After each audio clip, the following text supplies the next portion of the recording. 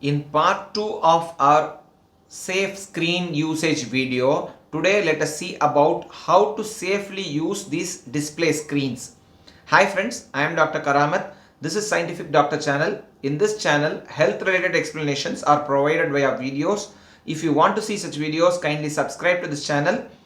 Also, if you have any suggestions for topics to be discussed, kindly mention in the comments. I'll try to post videos on those topics in subsequent weeks.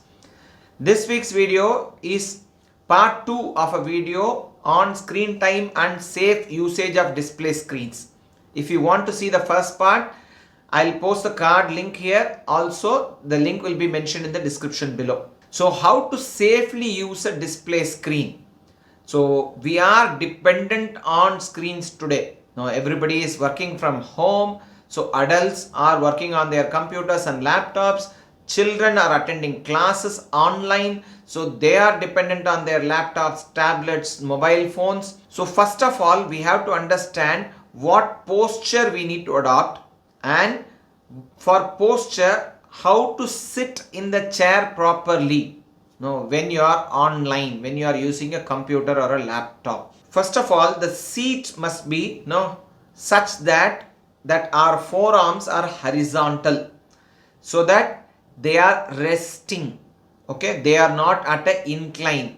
The seat height should be adjusted such that, and the feet should be in a flat position. So when you are sitting, the feet should be in a flat position. The desk should have a space so that you can move your feet. The back of the seat should have proper lumbar support.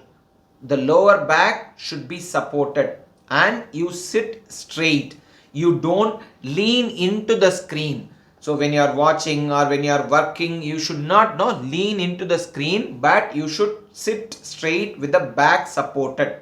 When you sit in a chair, ensure that you sit centrally, not leaning to one side, this way or that way. This will not disrupt your spine. So this is not good in a long term, which will definitely lead to low back problems. So you sit centrally. What about the screen itself? That is the computer or the laptop or the tablet.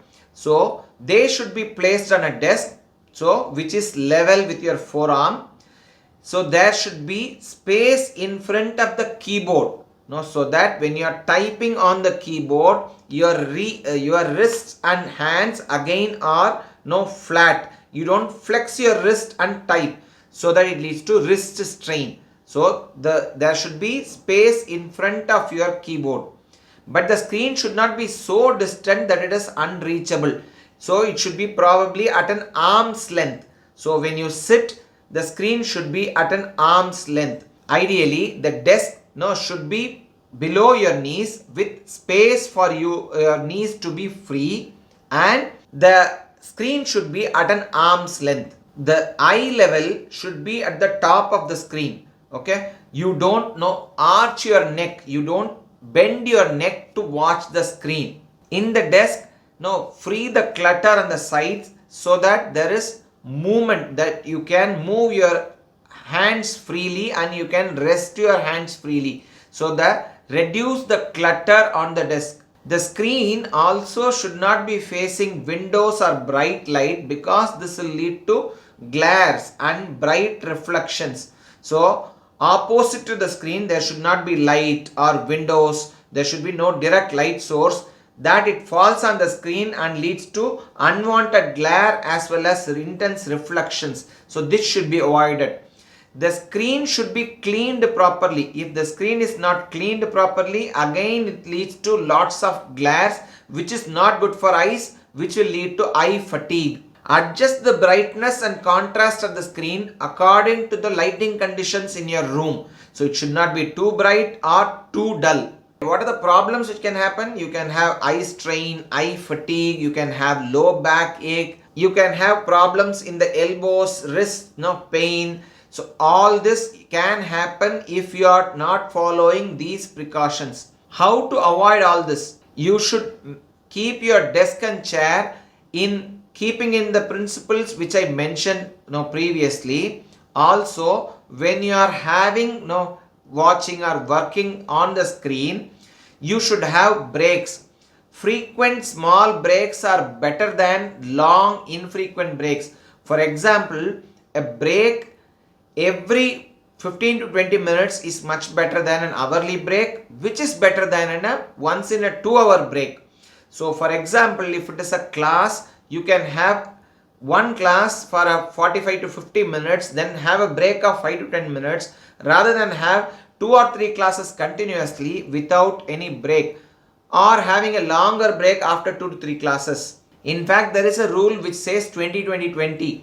For every 20 seconds which you are intensely watching on the screen, break the cycle for at least 20 seconds, so that you are not watching the screen for 20 seconds, and during that time don't concentrate on activities, near activities. Watch a object which is at least 20 feet away, okay, for that 20 seconds. This is called the 20-20-20 rule. When you watch a distant object, the eyes straining for accommodation, this is relieved so that the eye strain becomes less. This is useful even for adults who are working from home. So don't look at the screens continuously. Every 20 minutes, take a break for 20 seconds and watch a distant object, so that the accommodation which happens to eyes is relieved.